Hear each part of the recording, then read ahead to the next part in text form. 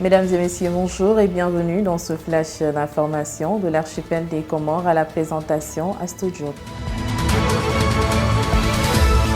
Une catastrophe a été évitée de justesse. L'avion du président Azali Assoumani en provenance d'Égypte a rencontré des difficultés à l'atterrissage vers 4 heures du matin en raison de mauvaises conditions au sol. Un dispositif d'urgence a été mobilisé incluant forces de sécurité, secours médicaux et vedettes de la marine. Grâce au sang-froid du pilote et à la coordination des secours, l'avion a pu atterrir sans dommage. Libération de l'avocat Ahmed Saïd Mohamed, arrêté depuis le 9 janvier 2025 pour avoir organisé des actions potentiellement menaçantes pour la sécurité de l'État. Ahmed Saïd Mohamed a été remis en liberté provisoire ce 3 mai 2025 sans procès.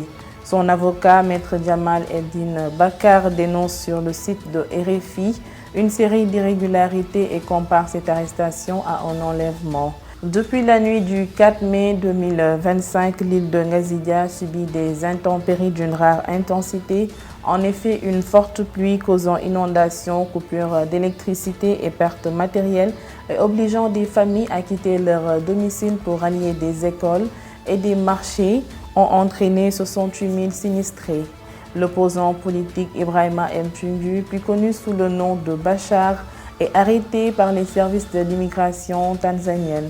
L'homme est connu pour ses sorties musclées contre le régime du président Azali Assoumani et contre de nombreuses autorités comoriennes.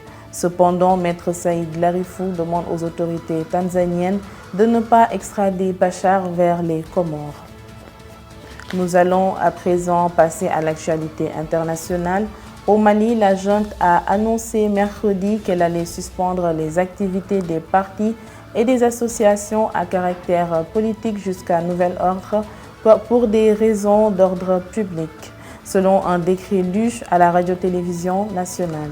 Au Sénégal, les nouvelles autorités mènent une vaste opération pour récupérer des fonds présumés détournés sous l'ancien régime. De nombreuses personnalités publiques, dont les proches du président sortant, M. Macky Sall, sont visées. Cependant, une enquête de la division des investigations criminelles basée sur un rapport de la CENTIF implique ces 3 enfants dans des transactions suspectes liées à plusieurs sociétés. Mesdames et messieurs, c'était tout pour ce flash d'information. Je vous donne rendez-vous la semaine prochaine. En attendant, l'information continue sur www.comoreco24.com.